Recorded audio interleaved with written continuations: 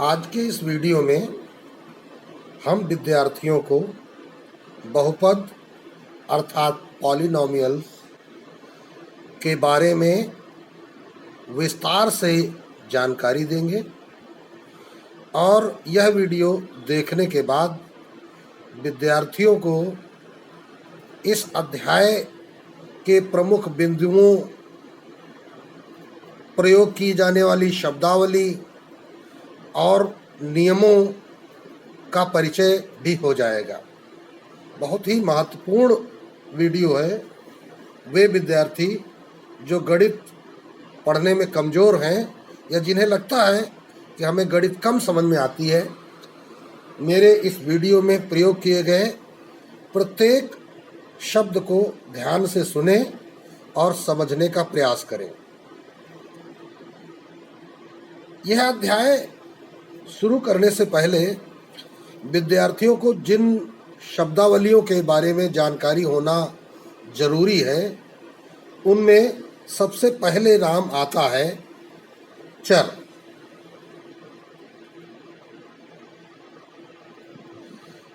चर जिसे हम सामान्य भाषा में अक्षर भी कह सकते हैं। चर को आप अक्षर भी कह सकते हैं। जैसे आपने अंकगणित में गणनाओं को करते समय अंकों के प्रयोग को देखा कि आप 36 में 9 का भाग लगाएं, चाहे आप 3 में 8 जोड़ें। इस प्रकार कहने का तात्पर्य यह है कि संख्याओं में होने वाली संक्रियाओं, जैसे आपने जोड़, घटाना और गुणा, भाग, वर्गमूल, घनमूल, माशालासा, इस प्रकार की अनेक संक्रियाओं को अंकों या संख्याओं के माध्यम से करना सीखा है और जाना है। आप सभी जानते भी हैं। लेकिन जब गणित में हम अंकों में गणनाएं करने में सक्षम नहीं होते हैं या कुछ ऐसी राशियां जिनके बारे में हमें जानकारी नहीं होती है, जैसे कह दिया जाए एक आयत की लंबाई उसकी चौड़ाई की दोगुनी है। अभी कह दिया जाएगा एग्जाम्पल में, एक आयत हमने बनाया हुआ है, इसकी जो लंबाई है चौड़ाई से दोगुनी है और इसका क्षेत्रफल 32 है। इसका आपको बता दिया गया कि क्षेत्रफल कितना है, 32, और साथ में एक शर्त तुमको बताई गई है कि लंबाई चौड़ाई से दोगुनी है। तो अब यहाँ पर ना तो आपको लंबाई बताई गई है और ना ही चौड़ाई बताई गई है। तो ऐसी दशाओं में शर्त के आधार पर आप इसकी किसी एक भुजा को मानते हैं। मन में आपने सोच लिया कि इसकी चौड़ाई है x, तो इसलिए लंबाई के बारे में अभी बताया गया था, लंबाई चौड़ाई की दोगुनी है, अर्थात चौड़ाई इसकी हो जाती है 2x। फिर इसके बाद हम क्षेत्रफल का सूत्र प्रयोग करते हैं, लंबाई गुणित चौड़ाई, तो 2x इंटू x बराबर 32। तो इस प्रकार हम x का मान निकाल लेते हैं। ऐसा विद्यार्थियों को पिछली कक्षाओं में भी पढ़ाया जा चुका है। तो हमने देखा कि इस प्रश्न को हल करते समय हमने अंकों के साथ साथ अक्षरों का प्रयोग किया है। तो यदि किसी गणित में अंकों के साथ साथ अक्षरों का प्रयोग किया जाए, तो जिन अक्षरों का प्रयोग किया जाता है उन्हें हम चर कहते हैं। जिन अक्षरों का हम प्रयोग करते हैं उन्हें ही चर कहते हैं। जैसे बीज गणित में आपने इन चरों का प्रयोग अवश्य देखा होगा, ABC, XYZ, है ना, MNP, इस प्रकार के चरों का प्रयोग जरूर देखा होगा। कहीं कहीं आपको काखा गाघा आदि अक्षरों का भी प्रयोग सिखाया गया होगा, यदि आपको बीजगणित हिंदी के चरों के माध्यम से सिखाई गई होगी। तो इस प्रकार कुल मिलाकर विद्यार्थियों को यह समझना है कि ये चर का तात्पर्य क्या है, अक्षर। फिर बात करते हैं हम अचर की। अचर क्या है? अचर अर्थात आ माने नहीं, चर, और चर माने होता है परिवर्तनशील, बदलने वाले, जैसे हम यहाँ पे अक्षरों को प्रयोग किए थे, तो हम गणित में अक्षरों का प्रयोग तभी करते हैं जब हमको राशियां पता नहीं होती हैं, इनके मान परिवर्ती होते हैं। और अचर क्या होते हैं? स्थायी होते हैं। अचर का मतलब स्थायी, और प्रायः ये क्या हैं? अंक हैं। जो संख्यांक हैं, जो संख्याएं हैं, वह सब अचर के रूप में प्रयोग की जाती हैं।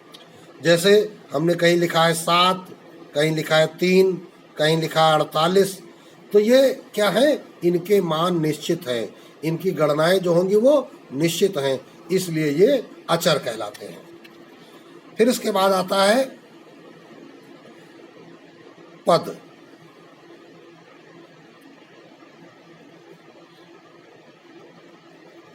पद क्या होते हैं? यहाँ पर यह समझना महत्वपूर्ण है। जब हम चिन्ह, गुणांक,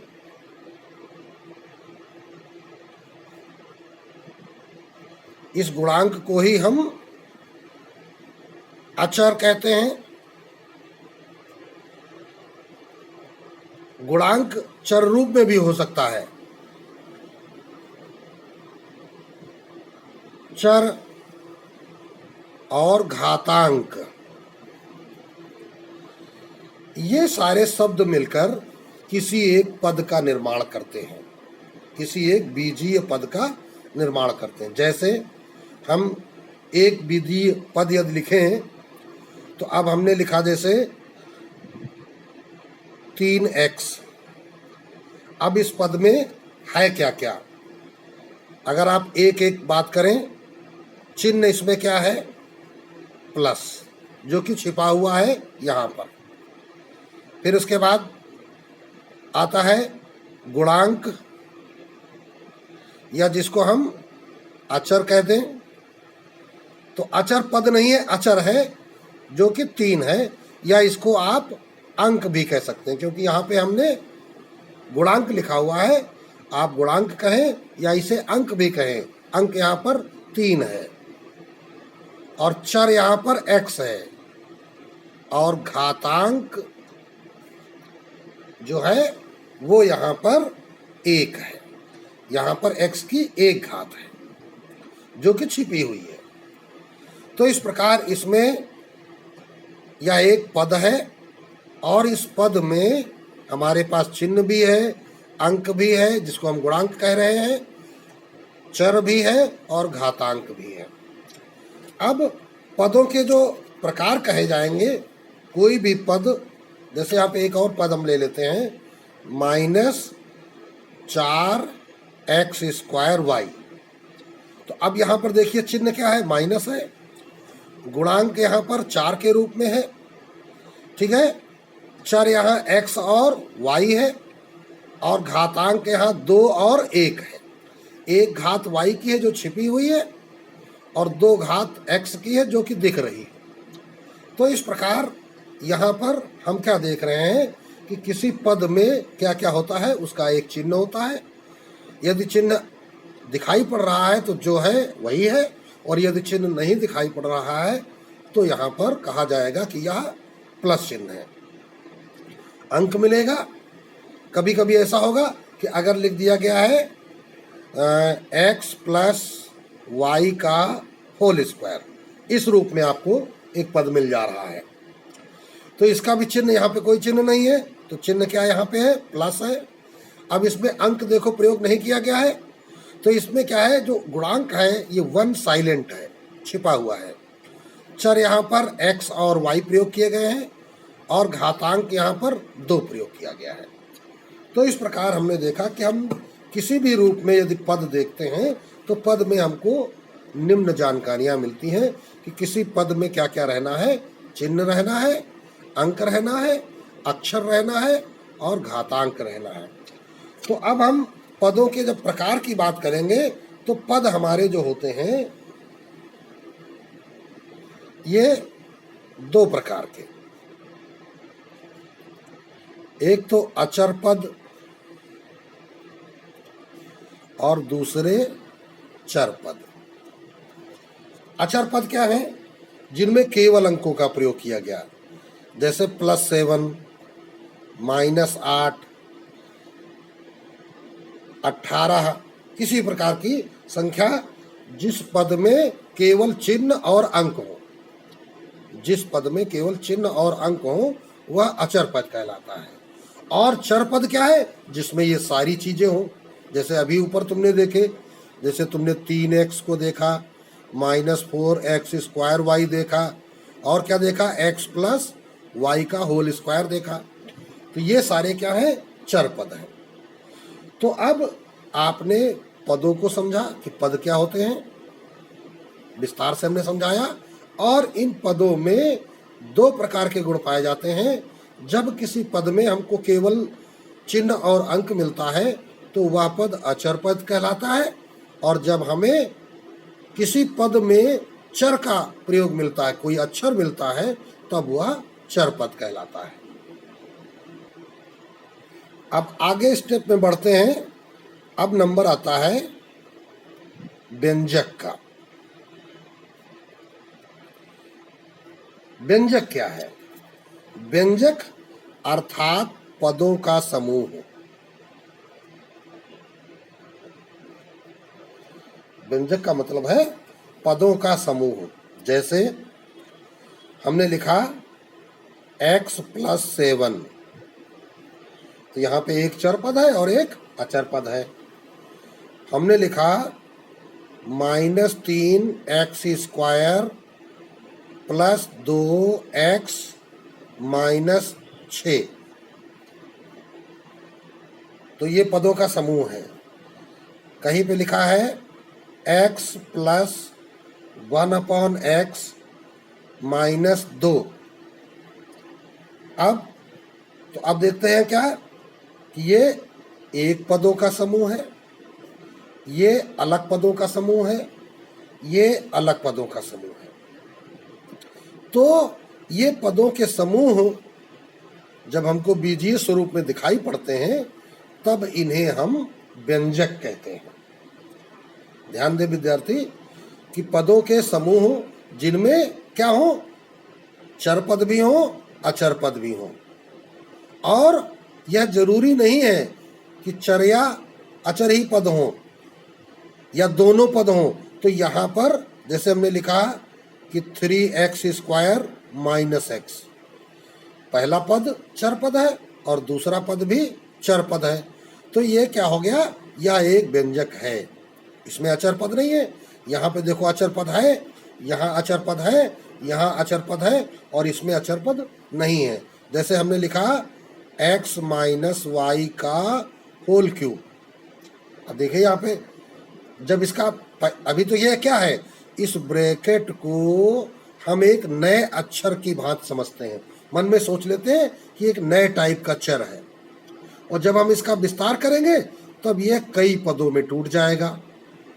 जब हम इस पर सर्वसमिका का प्रयोग करेंगे अर्थात सूत्र का प्रयोग करेंगे तो ये कई पदों में टूट जाता है, लेकिन उसमें भी हमको अचर पद नहीं मिलेगा। वहां पर भी हमको जितने पद मिलेंगे वो चर पद ही मिलेंगे। तो इस प्रकार हम पदों के समूह को व्यंजक कहते हैं। अब इसके बाद नंबर आता है बहुपद। यही आपका शीर्षक है लेसन का, जिसके बारे में आप अध्ययन कर रहे हैं। तो बहुपद से पहले जितना आपको बताया या सिखाया गया है यह जानकारी होना बहुत जरूरी है। अब बहुपद क्या है? शाब्दिक अर्थ बहु माने अधिक, पद माने पद। जब पदों की संख्या अधिक हो तो इसको भी हम कहेंगे पदों का समूह। अब थोड़ा सा विद्यार्थियों को अवश्य कंफ्यूजन होगा कि पदों का समूह हम व्यंजक को भी कह रहे हैं, पदों का समूह हम बहुपद को भी कह रहे हैं। तो अब क्या समस्या है कि हम ये दो नाम प्रयोग किए। अरे भाई, जब एक ही मतलब है तो हम व्यंजक ही कहते उसको, बहुपद नाम ही न लेते उसका। तो यहाँ पर विद्यार्थियों को समझना जरूरी यह है कि जो बहुपद होता है यह पदों का समूह तो है, लेकिन यहाँ पर इसके पदों में जो चर प्रयोग किए जाते हैं जिन अक्षरों का हम प्रयोग करते हैं उनकी घातांक जो होती है वो धनात्मक होनी चाहिए। यहाँ पर क्या है, जरूरी क्या है, चरों का घातांक धनात्मक हो। ठीक है ना, ये जरूरी है। जैसे यहाँ x+7 हमने लिखा, ये बहुपद है। x की यहाँ कितनी घात है, 1 घात है। अगर कहीं लिखा है 2x² - 3x + 1 तो ये बहुपद है, क्योंकि यहाँ जिन चरों का प्रयोग हो रहा है उनके घातांक क्या है, पॉजिटिव है। अगर कहीं लिखा है हमने x² - 4 तो ये बहुपद है। अगर हमने लिख दिया x³ - 3x² + 2x और +5 तो ये भी एक बहुपद है ना। लेकिन किंतु लिखा हमने x² + 3x + 2√x + 6, अब ये जो है ये बहुपद नहीं है, बहुपद नहीं है। अब ये बहुपद क्यों नहीं है, यहाँ ये समझना जरूरी है कि अगर ये बहुपद नहीं है तो क्यों नहीं है, क्योंकि इस √x को हम क्या कहेंगे, x की पावर 1/2। तो यहाँ घातांक क्या हो गया, भिन्नात्मक होना चाहिए। तो चरों का घातांक धनात्मक के साथ साथ हमको यहाँ लिख देना चाहिए पूर्णांक हो। धनात्मक के साथ साथ क्या होना चाहिए, पूर्णांक होना चाहिए। अर्थात जो घात है वह भिन्नात्मक नहीं होनी चाहिए। जैसे एक और उदाहरण लिखते हैं हम, जैसे लिख दिया हमने अभी ऊपर एक लिखा है x + 1/x - 2, तो यह भी बहुपद नहीं है, बहुपद नहीं है। कारण क्या है, क्यों नहीं है, क्योंकि इसमें जो ये 1/x है, यहाँ पर अगर इसका जो बटे वाला x है ये हर से अंश रूप में जाएगा तो ये x की पावर -1 बन जाएगा। तो अब ये कैसा बन गया, x का जो घात है यहाँ पर ऋणात्मक हो गया है। तो ये ध्यान देना जरूरी है कि यदि पदों का ऐसा समूह जिसमें चरों का जो घातांक हो वो धनात्मक हो, भिन्नात्मक या ऋणात्मक न हो, ध्यान रखना है, भिन्नात्मक या ऋणात्मक ना हो। जैसे अगर हमने कह दिया कहीं पर x√x प्रयोग किया गया कि भाई देखो यहाँ x की घात 1 है और यहाँ 1/2 है, तो जब इसको आप सरल करोगे तो क्या होता है, ये x की घात 1 इंटू ये x की घात 1/2, तो गुणा में होता क्या है, घातें जुड़ती हैं, तो x की घात 1 + 1/2। अब देखिए हम इसको सरल कर रहे हैं तो x की घात देखो 2 1 कम 2 1 3/2। तो अभी जो फाइनली x की पावर आई, जो x का घातांक आया वो क्या आया, 3/2 आया। और ये 3/2 किस रूप में है, ये भिन्न के रूप में है। अर्थात ये जो पद है ये बहुपद के स्वरूप में नहीं होगा। तो अब विद्यार्थियों ने अभी पहचान सीखी कि हम पदों के किस समूह को बहुपद कहेंगे। और जैसे ये बहुपद नहीं है लेकिन व्यंजक है, बहुपद नहीं है लेकिन व्यंजक है, अर्थात पदों के प्रत्येक समूह को व्यंजक कहा जाता है। लेकिन पदों का ऐसा समूह जहां पर चरों के घातांक धनात्मक ही हो तो फिर वह बहुपद कहलाता है। अब निष्कर्ष क्या निकल के आया कि सारे बहुपद व्यंजक होते हैं किंतु सारे व्यंजक बहुपद नहीं होते हैं। ये विद्यार्थी ध्यान दें हमारी इस बात को कि सारे बहुपद व्यंजक हैं किंतु सारे व्यंजक बहुपद नहीं है। अब हम जानेंगे बहुपद का मानक रूप। ये बहुपद का मानक रूप क्या है, अब ये जानेंगे। तो चलते हैं भाई, जब हम किसी बहुपद को उसके क्या लिखें, घातों के अवरोही क्रम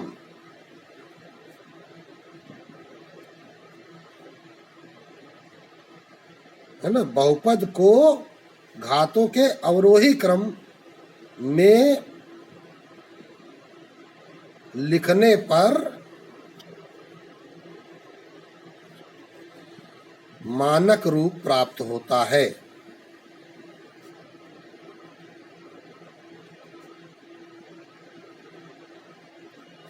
जैसे अभी देखो हम एक बहुपद लिख रहे हैं, हमने लिखा 7 minus x square plus 4x। तो ये क्या है, ये मानक रूप में नहीं है। ये बहुपद तो है लेकिन मानक रूप में नहीं है। अब इसका अगर आपको मानक रूप लिखना है तो इसका तात्पर्य है आप क्या करें, सबसे पहले बड़ी घात वाला पद अर्थात माइनस एक्स स्क्वायर। देखिए ध्यान रखना है कि हमने कहा बड़ी घात वाला पद, तो बड़ी घात में चिन्ह लगा हुआ है माइनस। पदों का जो बंटवारा होता है जैसे कि 7 एक पद और माइनस एक्स स्क्वायर दूसरा पद और प्लस 4x तीसरा पद। ये बात विद्यार्थियों को ध्यान देना है। इस बहुपद में 3 पद हैं जिसमें यह पद 2 घात वाला है, यह पद 1 घात वाला है और यह पद 0 घात वाला है या बिना घात वाला है, ऐसे भी कह सकते हैं। तो बड़ी घात वाला क्या है, माइनस एक्स स्क्वायर, फिर कम घात वाला 4x, फिर बिना घात वाला 7।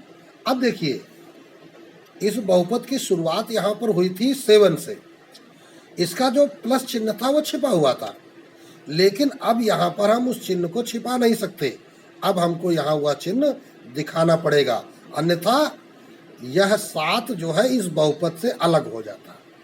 अब ये चिन्ह दर्शाने से क्या हो गया कि ये तीनों पद संयुक्त रूप में हमको दिखाई पड़ रहे हैं। ये बहुपद का मानक रूप है। तो अन्य कोई अगर हम लिखते हैं, हमने लिखा x cube minus 4x power 4 plus 3x square minus 8x की घात 5 प्लस 7 माइनस 3x, ये लिख दिया। अब इसका हमें लिखना है मानक रूप। मानक रूप तो अब देखिए इसका मानक रूप क्या होगा। सबसे बड़ी घात वाला पद तुमको दिखाई पड़ रहा है, क्या दिखाई पड़ा, माइनस 8x की घात 5, फिर माइनस 4x की घात 4, फिर x क्यूब, ध्यान दीजिए यहाँ पे चिन्ह नहीं लगा है, आपको जरूर लगाना है, फिर प्लस 3x स्क्वायर, फिर माइनस 3x, फिर प्लस 7। तो इस प्रकार हमने यह बहुपद का मानक रूप लिख दिया। तो अब इसके बाद आता है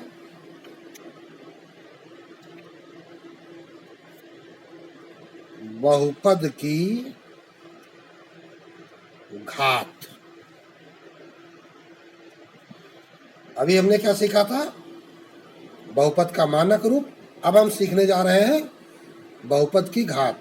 जैसे यदि हमने कोई बहुपद लिखा x cube minus 3x square plus 4x minus 7 में बहुपद की घात हमको चाहिए, तो सबसे बड़ी घात वाला पद यहाँ कितना है, हम देख रहे हैं कि सबसे बड़ी घात वाला पद कौन है, एक्स क्यूब है, इसकी घात 3 है। तो घात कितनी है, 3। तो यही घात बहुपद की घात कहलाती है। ठीक है, ये ध्यान रखना है, यही घात बहुपद की घात कहलाती है। अच्छी बात है। एक हम अन्य बहुपद लिख रहे हैं, हमने लिखा है x प्लस वाई का होल स्क्वायर में बहुपद की घात। अब इसको थोड़ा सा विद्यार्थियों को ध्यान से समझना होगा। x प्लस वाई का होल स्क्वायर, यहाँ पर आपको सर्वसम का या सूत्र आपको सिखाया गया है ए प्लस बी का होल स्क्वायर। तो वही समझ लीजिए ए प्लस बी की जगह हमने एक्स प्लस वाई लिख दिया है।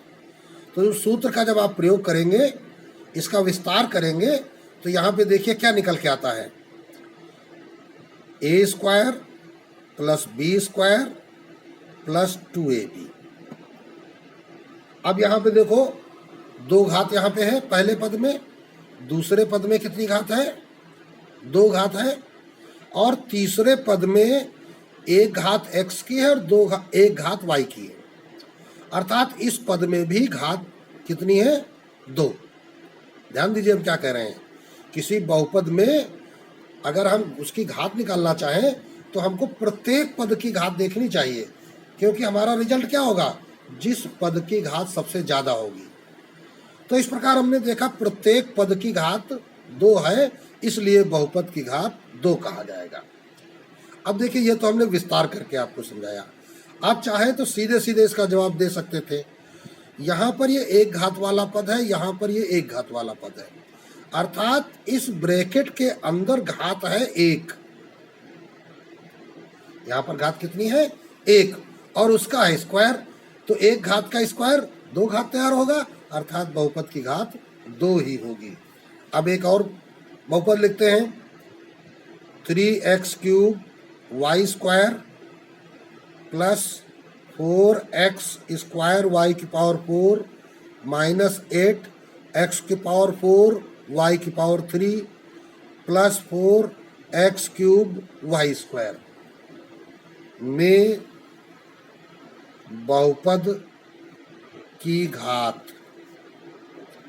अब यहाँ पर देखिए, अब यहाँ पर प्रत्येक पद में 1 से अधिक चरों का प्रयोग किया जा रहा है। प्रत्येक पद में 1 से अधिक चर प्रयोग हो रहे हैं। यहाँ x और y हैं, तो इनकी घातों का योग करिए, 3 2 5। यहाँ पर घातों का योग 4 3 7। यहाँ पर घातों का योग 2 + 4 6। यहाँ पर 3 2 5। तो अब देखिए ये पद और ये पद, ये दोनों पद कैसे हैं, सजातीय पद हैं। जब इनका हम सरलीकरण करेंगे तो ये जुड़ जाएंगे आपस में, ठीक है। तो अर्थात इन दोनों में इन पदों की घात कितनी है, 5।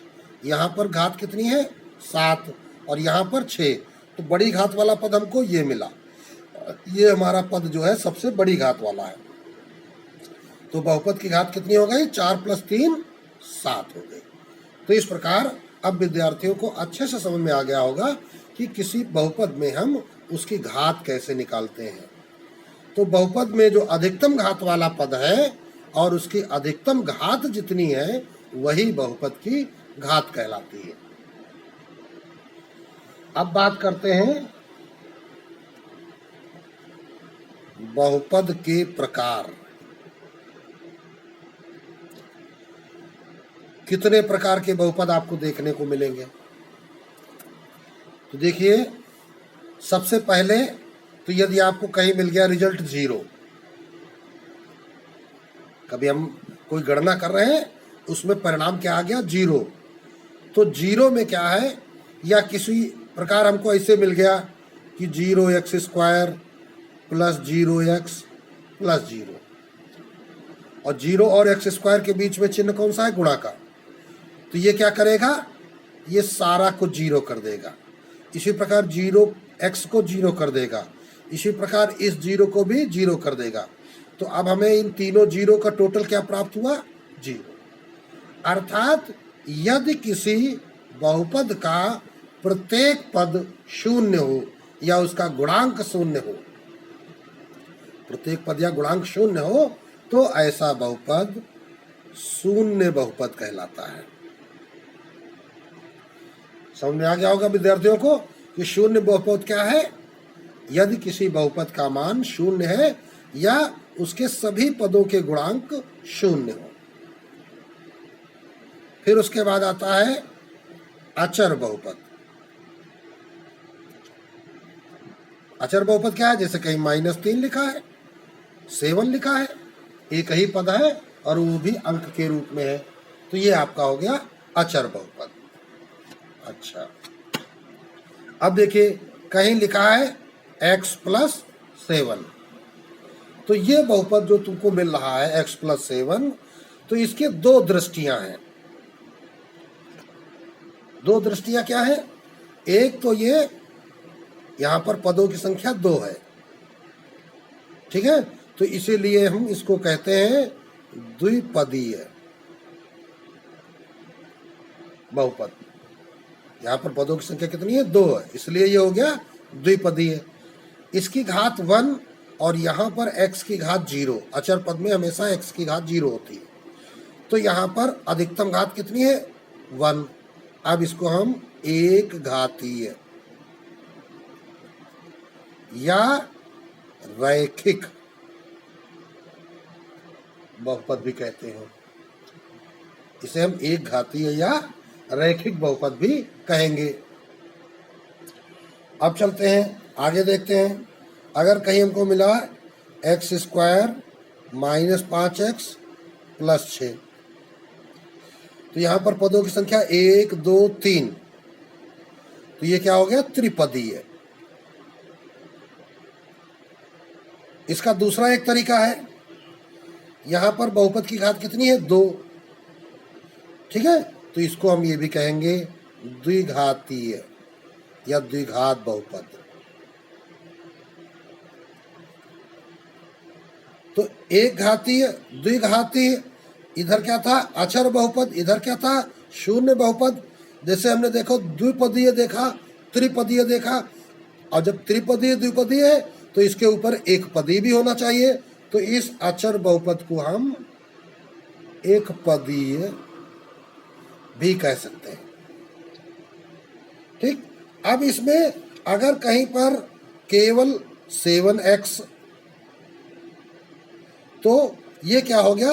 ये एक चर बहुपद है, तो और कैसा है? एक पदीय, एक पदीय, ठीक है ना। या इसको दूसरा ये भी हम कह सकते हैं, ये भी रैखिक है,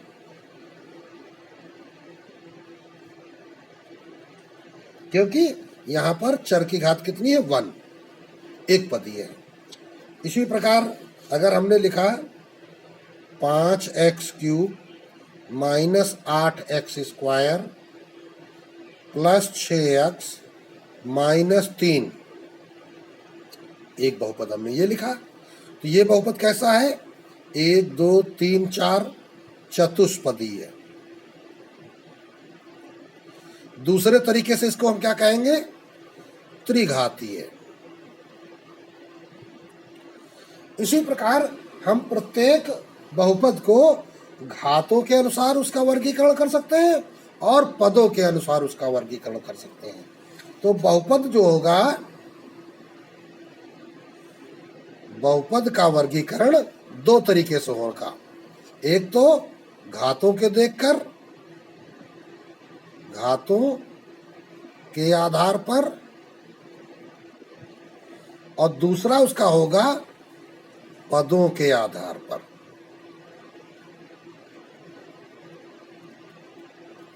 घातों के आधार पर जो वर्गीकरण होगा वो कैसा होगा? एक घातीय, द्विघातीय, त्रिघातीय, चतुष्घातीय, बहुघातीय, और पदों के आधार पर एक पदीय, द्विपदीय, त्रिपदीय। इस प्रकार बहुपद का उसके हम प्रकार समझ सकते हैं। आगे चलते हैं।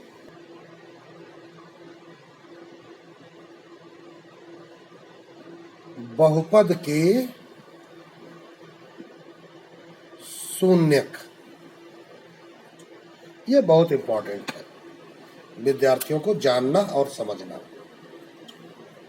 जैसे हमने एक बहुपद लिखा 3x, इसको विद्यार्थी थोड़ा सा ध्यान से समझेंगे।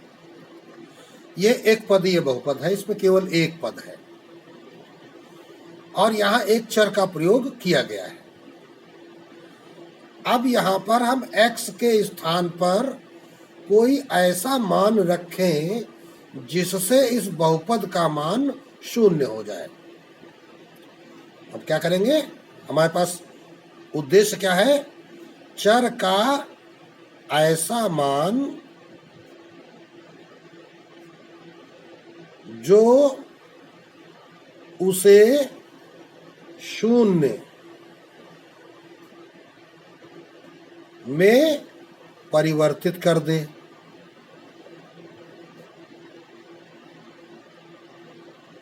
तो वह मान बहुपद में प्रयोग चर का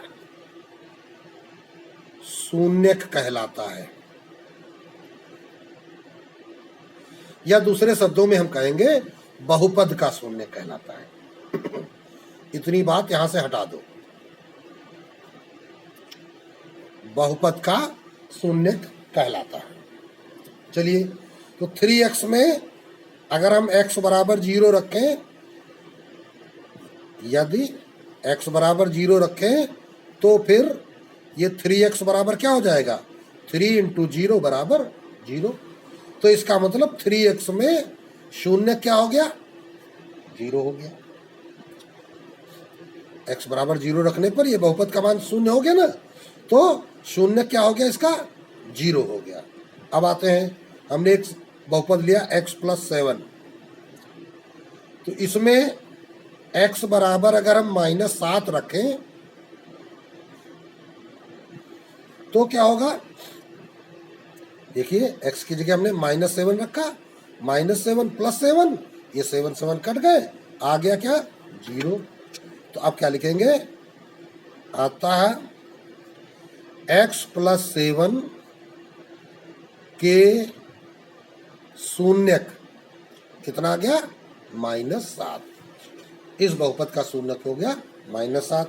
अभी हम लिखेंगे x² -5x + 6, ये हमने एक बहुपद लिया, द्विघाती है या त्रिपदी है, में x बराबर अगर 3 रखें तो देखिए क्या होगा, 3 का स्क्वायर + 5 × 3 माइनस और +6, 3 का स्क्वायर 9 -15 + 6 तो बराबर 0 आ गया। अब क्या करेंगे, अतः क्या रखने पर 0 आया, x बराबर 3 रखने पर, तथा और देखते हैं x बराबर 2 रखने पर